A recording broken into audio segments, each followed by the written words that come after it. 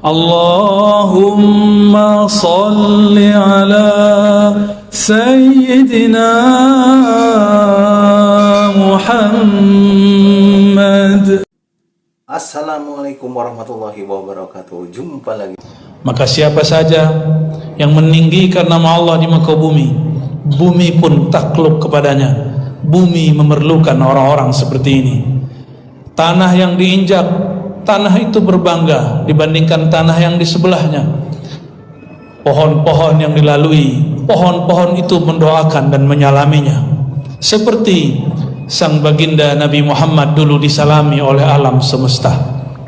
Nabi tidaklah marra bisyajaratin au bihajarin illa sallama alaih. Nabi tidaklah melewati satu pohon, bukit, pegunungan, kecuali benda-benda itu yang kita anggap benda yang tidak bergerak itu, ternyata dia menyapa baginda Nabi Muhammad SAW. Maka sungguh aneh mengaku ikut Nabi Muhammad SAW, tapi keberatan menyapanya dan mengatakan Assalamualaikum ya Nabi Allah. Maka perbanyaklah majlis-majlis yang banyak menyapa Rasulullah sebagai bentuk cinta dan sekaligus malu kepada makhluk-makhluk Allah Subhanahu wa taala. Jemaah Jumat dimuliakan Allah, tadabbur Quran kita pada Jumat siang ini, surah Al-Furqan surat 25 ayat 62, 63 dan selanjutnya. Di ayat 62 Allah Subhanahu wa taala bercerita mengenai apa tujuan Dia menciptakan siang dan malam. Siang dan malam itu hanya sebutan mengenai kumpulan waktu.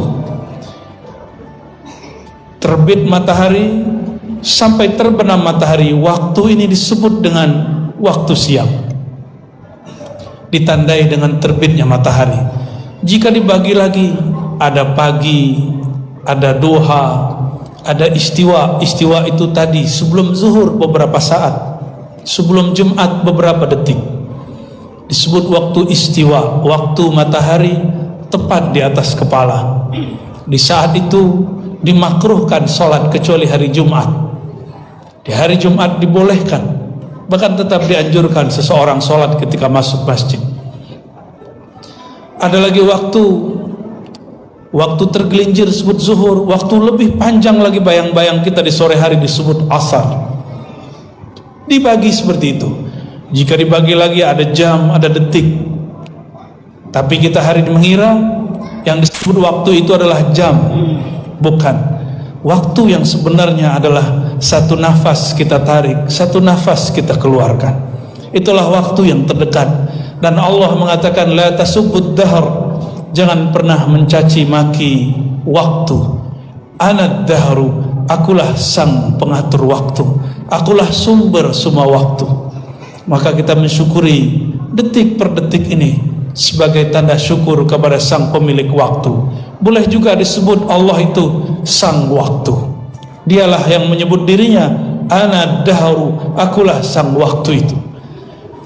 Apa kata beliau?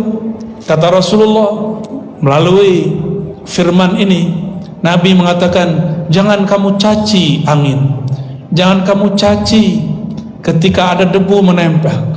Jangan katakan sial, karena orang yang sering mengatakan sial, hidupnya akan menjadi sial. Ana 'inda dhanni 'abdi, aku berdasarkan persangkaan hambaku. Ketika ada sahabat Nabi lagi duduk di masjid, ada majlis, tiba-tiba debu berterbangan, dibawa oleh angin, lalu mereka mencaci maki angin. Kata Nabi, la tasubur rih, jangan caci maki angin, fa innaha ma'murah, karena sang waktu memerintahnya dan dia diperintah. Maka kita nikmati, semakin menikmati, mensyukuri detik per detik, maka inilah yang disebut syakura atau syukura. Maka di ujung ayat dikatakan wa huwa alladhi ja'ala al-laila wan-nahar khilfatan, dialah yang menjadikan siang dan malam bergantian, khilfah. Maka kata khilafah, khalifah itu artinya pergantian. Khalifah berarti pengganti yang sebelumnya. Nabi itu bukan khalifah, Nabi itu Rasulullah. Yang disebut khalifah orang yang menggantikannya.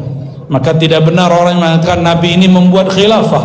Nabi itu lebih tinggi dari khilafah. Khilafah produk sahabat, sedangkan Nabi, beliau membawa risalah dan nubuah yang lebih tinggi dari segala-galanya. Liman arada ayyadzakkara aw arada syukura. Untuk apa waktu itu? Hanya dua saja. Level paling bawah, yadzakkara, orang itu mengambil peringatan, mengambil pelajaran, disebut yadzakkara, berzikir, mengingat sang waktu. Mengingat sang waktu ada yang bentuknya mahdhah, formal, sholat, zikir, baca Quran. Ada yang bentuknya spiritual, kerohanian. Apapun pekerjaannya, apapun aktivitasnya, dianggap itu sebagai amanah. Maka dia tidak pernah korupsi waktu, apalagi korupsi materi. Dia selalu adil, dia selalu menjaga apa yang Allah titipkan melalui hamba-hambanya. Orang ini juga disebut yadzakkara, dia ingat kepada Allah Subhanahu wa taala. Yadzakkara, mengingat kehebatan Allah, mengingat ancaman Allah. Tapi ada yang kedua, au arada syukura, atau menghendaki syukur. Apa arti syukur? Rasa terima kasih. Syukur itu bukan kita mengatakan alhamdulillah dengan lisan semata. Rukun daripada syukur dimulai daripada qalbu. Ketika qalbu memandang semua yang terjadi ini diatur dengan baik oleh Allah, itulah yang disebut hamba yang bersyukur. Jangan-jangan kita masih belum bersyukur, kita masih menyalahkan siapa-siapa. Cobalah lihat di dunia kerja, cobalah lihat dalam hidup bernegara. Orang hari ini semua orang jadi pengamat, hatta orang yang gak pernah kuliah politik pun bercerita, mengkritisi. Dia tidak pakar tapi dia berbicara. Sedangkan itu adalah pantangan baginda Nabi Muhammad SAW. Beliau mengatakan, perhatikan, idza wussidal amru ila ghairi ahli fantazir sa'ah. Jika suatu urusan diserahkan, dikomentari, diamati, diurus oleh yang bukan ahlinya, tunggulah as-sa'ah, waktu kehancuran. Maka kenapa masjid jadi rusak? Karena pengurus masjid mengurusi fatwa. Pengurus masjid jika bukan alim, jangan urus fatwa. Jamaah bukan orang alim, jangan urus fatwa. Fatwa urusan ulama. Fatwa itu dengan neraka cuma satu hijab saja. Keliru dengan sengaja, tidak insaf di situ, dia langsung kakinya di neraka Allah. Nauzubillah min dzalik. Maka kita betul-betul hati-hati. Itulah yadzakkara. Lain dengan syukura. Syukur ini memandang keindahan Allah. Orang-orang ini hidupnya penuh dengan rahmah, kasih sayang. Sedangkan yang pertama penuh kehati-hatian karena rasa takut. Lalu Allah mengatakan wa ibadur rahman, hamba-hamba Allah yang rahman. Ibad jamak daripada abdun, hamba-hamba, ciptaan-ciptaan. Lalu Allah memberikan namanya di belakang nama hamba ini, hamba-hamba yang bergantung kepada rahmannya Allah. Apa beda Rahman dengan Rahim? Rahman itu menyayangi makhluk tak terbatas, sedangkan Rahim itu kasih sayang Allah khusus untuk kekasih-kekasihnya. Itu perbedaan Rahman dengan Rahim. Ibadur Rahman, karena dia bergantung dengan Allah yang menyayangi semua makhluk tanpa terkira, baik yang menyembahnya ataupun yang menentangnya, tetap Allah berikan setetes kasih sayang. Apalagi yang menyembahnya. Mereka yang bergantung dengan nama ini tidak pernah sombong kepada siapapun, hatta kepada orang yang menentang Allah Ta'ala.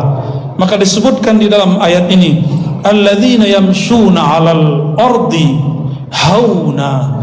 Mereka itu ciri-cirinya, ciri-ciri kekasih Allah Ar-Rahman, dia berjalan di muka bumi hauna, dengan penuh kehinaan, tidak pernah merasa dirinya lebih alim, lebih benar ajarannya, lebih bagus manhajnya, mazhabnya, alirannya. Tidak pernah. Dalam hatinya dia mengatakan, ya Rabb, jika ada makhluk paling hina menurut manusia, akulah itu ya Allah. Inilah mereka ibadur rahman. Mereka lah wali-wali Allah di muka bumi. Meskipun dia bukan ustadz, bukan ulama, bukan pengurus masjid, orang yang mungkin tidak dikenal, tapi di kalbunya ada rasa hauna, merasa hina di hadapan Allah, karena dia mengatakan, ya Rabb, mungkin orang memujiku karena kelihatan soleh, soleha, tapi batinku Engkau maha tahu. Di dalam pikiranku, dalam diriku ada nafsu yang liar yang tidak sanggup aku kendalikan. Masing-masing kita tahu itu, bahwa di dalam diri kita ada serigala yang luar biasa, ada syahwat yang betul-betul meluap, tapi kita tutupi dengan pakaian-pakaian kesolehan. Mereka karena sadar diri mengatakan, kami hamba yang hina. Wa idza khatabahumul jahiluna, jika orang-orang jahil yang suka komentar, maka lafaznya selalu khatabah. Dan memang dari dulu orang yang tidak berpengetahuan itu suka berkomentar, dan ciri-ciri orang alim, dia berkomentar sesuai saatnya. Apa kata mereka jika dikomentari orang jahil? Salama. Inilah lafaznya, qalu salama. Apa arti salama? Jika orang melemparkan tai kepadanya, kotoran kepadanya, dia tidak membalasnya dengan kotoran. Al-Quran mengajarkan idfa billati hiya ahsan. Jika kamu diserang, dicaci maki, dikata-katai, jangan balas dengan hal yang sama, berarti kamu sama dengan mereka. Tapi qalu salama. Salama bara'atun min kulli syarrin, bara'atun min kulli auratin. Terlepas kata-katanya, sikapnya dari kata-kata yang kasar, kata-kata yang hina, kata-kata yang kotor. Masih ingatkah kita kisah Nabi SAW berjalan dengan istrinya tercinta Sayyidatuna Aisyah radhiyallahu taala anha? Ketika berjalan, tiba-tiba Yahudi yang dalam hatinya ada kebencian membuli Rasulullah dengan salam yang tidak pas. Assalamualaikum. Hadis sahih Muslim, dan hadis ini mengabadikan bagaimana kisah Sayyidatuna Aisyah ketika suaminya dibuli, dicaci maki oleh seorang Yahudi. Nabi hanya menjawab waalaikum, tapi Sayyidah Aisyah dan hadis yang lengkap mengatakan alaikumussalam wal la'nah. Riwayat ini jarang disebutkan, kita hanya potong di kalimat alaikum. Apa jawaban Sayyidah Aisyah? Justru kalianlah yang terlaknat dan sial. Assalamualaikum artinya sial bagimu hai Muhammad. Dasar kamu orang terhina hai Muhammad, orang sesat hai Muhammad. Bagi ahli kitab, Nabi Muhammad itu sesat karena dianggap didatangi oleh setan. Orang-orang Yahudi memusuhi Sayyidina Jibril dan menganggapnya sebagai iblis yang terkutuk.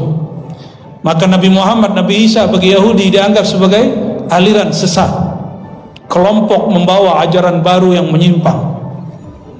Apa jawaban Nabi alaikum? Ketika Sayyidah Aisyah menjawab, ditambahin alaikumussalam wal la'nah, dua sekaligus. Kalianlah yang sial, bahkan kalian terlaknat. Nabi menegur Sayyidah Aisyah, bukan menegur sang Yahudi. Apa kata beliau? Wahai istriku tercinta, bukankah aku telah menjawab waalaikum? Kata Sayyidatuna Aisyah, ya Rasulullah, engkau dihina. Berarti normal, sekelas istri Rasulullah, sahabat Rasulullah, murid Rasulullah, wajar nabinya, gurunya, bahkan suaminya disinggung, dia kemudian emosi. Tapi Nabi kemudian mendidik Sayyidah Aisyah untuk tidak membalas dengan emosi.